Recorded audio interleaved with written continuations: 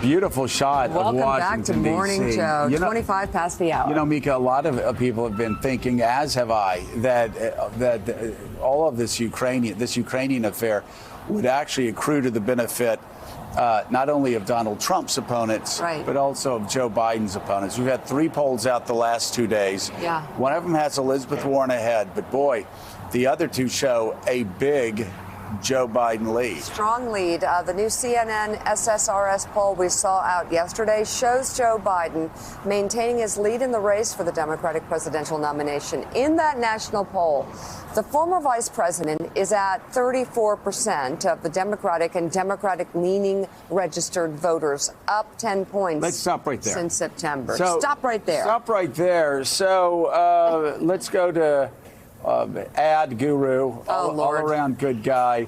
Donnie Deutsch, said nobody in America. Donnie Deutsch, up 10 points since the scandal broke. And you just wonder if Donald Trump's attacks against Joe Biden are having the opposite impact on his campaign, that Democrats across America are thinking, this guy is so scared of Joe Biden that he's actually going to do illegal things and try to undermine American foreign policy to stop him. It says plus 10. Yeah, it clearly says, okay, wow, if Trump is afraid of him, he must be the guy. But there's something else going on here also, and Mike and I were just talking about that.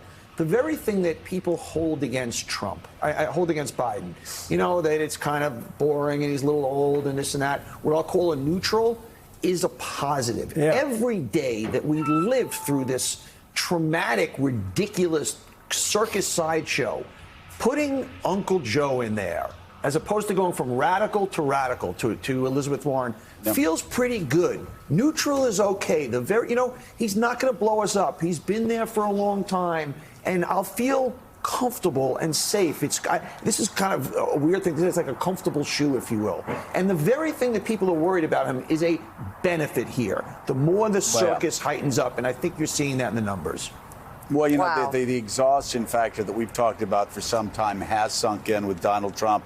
Even his supporters are exhausted by the tweets, exhausted by the radicalism, exhausted by him flipping from one issue to another, and just the constant attacks.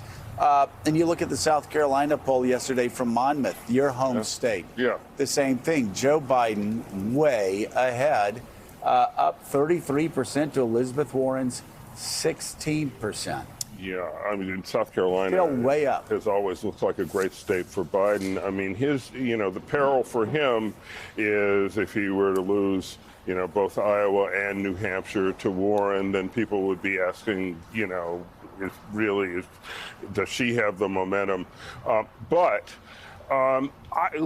think there's another factor here. I mean, I think that Warren's performance in the last debate and what a lot of people saw as her evasion on the question of raising taxes for Medicare for all. I think that, even in a Democratic Party that's all in for universal health care, I think that's an issue. I mean, now she says she's going to come out with the plan because she's got a plan for everything, and I'm sure she will, and maybe that will help. But I actually think that's a factor. I hear that a lot from people. I tell you, I've heard that the past week, and I've heard people talking about the slowing of her momentum, but there is, and I believe actually she is facing a challenge. She needs to make sure she doesn't fall off like Kamala Harris fell off after initial surge. She has to be concerned about that. But a new Q poll, Mika, actually tells a completely different story.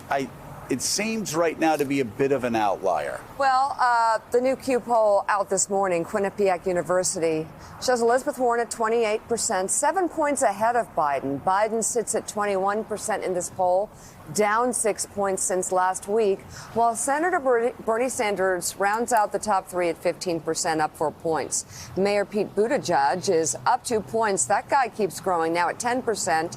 Senator Kamala Harris sits at 5%, up 1. So, Willie, there's a couple of things at play here. I do think there's a big question about how Warren is going to pay for her plans, and I think she's taken too long to answer it. It does not roll off the tongue easily for her.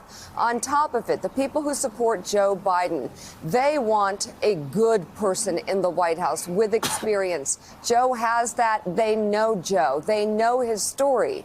So when you go after, when President Trump viciously goes after Joe Biden's son, they take it personally, his remaining surviving son. I think Joe Biden has an answer to the Hunter question. It's the bottom line is, I'm running for president, not my son. And perhaps Joe Biden wouldn't have done what Hunter did, but it was legal and it was investigated. I mean, these things are clear for Biden supporters to understand. And I would think they would take what President Trump has done very personally. Yeah, not just Biden supporters. I would think voters among the Democratic field who are making up their minds still look at and listen to the case Joe Biden has made about this entire Ukraine story, which is that Donald Trump so fears me as an opponent. He so fears losing to me because I'm such a strong opponent that he went to a foreign nation, held up military aid, and went through this entire story that we've been talking about now for weeks. Mike, that's Joe Biden has said that out loud. He fears me because I will beat him like a drum. He's still leading in these polls. It's obviously very tight in Iowa and New Hampshire. But there was a new South Carolina poll, has him down a little, Warren up a little, but still up 17 points in that state also. Yeah, and if you set the polls aside, Willie, I know you know this, and I know Donnie knows this, we all know it. If you just talk anecdotally to people, they get what's going on. They get the edge of the story. They understand the headlines. They understand Bill Taylor to a certain degree. They don't read the 15-page opening statement, but they know. And for them to look at Joe Biden, you get the increasing conversation with people. And at the end of the conversation, they basically just want this thing calmed down. Yeah. They want someone who will calm the situation down, get it back to a state of semi-normalcy, if we can ever get back to a state of semi-normalcy. And Biden does that for them, for many people. Elizabeth Warren, Mika just nailed it. When you talk to people about Elizabeth Warren, they like her plans. She has a plan for everything. But they inevitably end up saying, how much is all of this going to cost? The public education aspect, the Medicare for all aspect. How much is it going to cost? She has no answer yet. All right, we'll continue this conversation. Coming up, the president announces that he's lifting all sanctions against Turkey, despite the special envoy on Syria saying he believes war crimes were committed. We will get David Ignatius's take on that next on Morning Joe. Thanks for checking out MSNBC on YouTube, and make sure you subscribe to stay up to date on the day's biggest stories. And you can click on any of the videos around us to watch more from Morning Joe and MSNBC. Thanks so much for watching.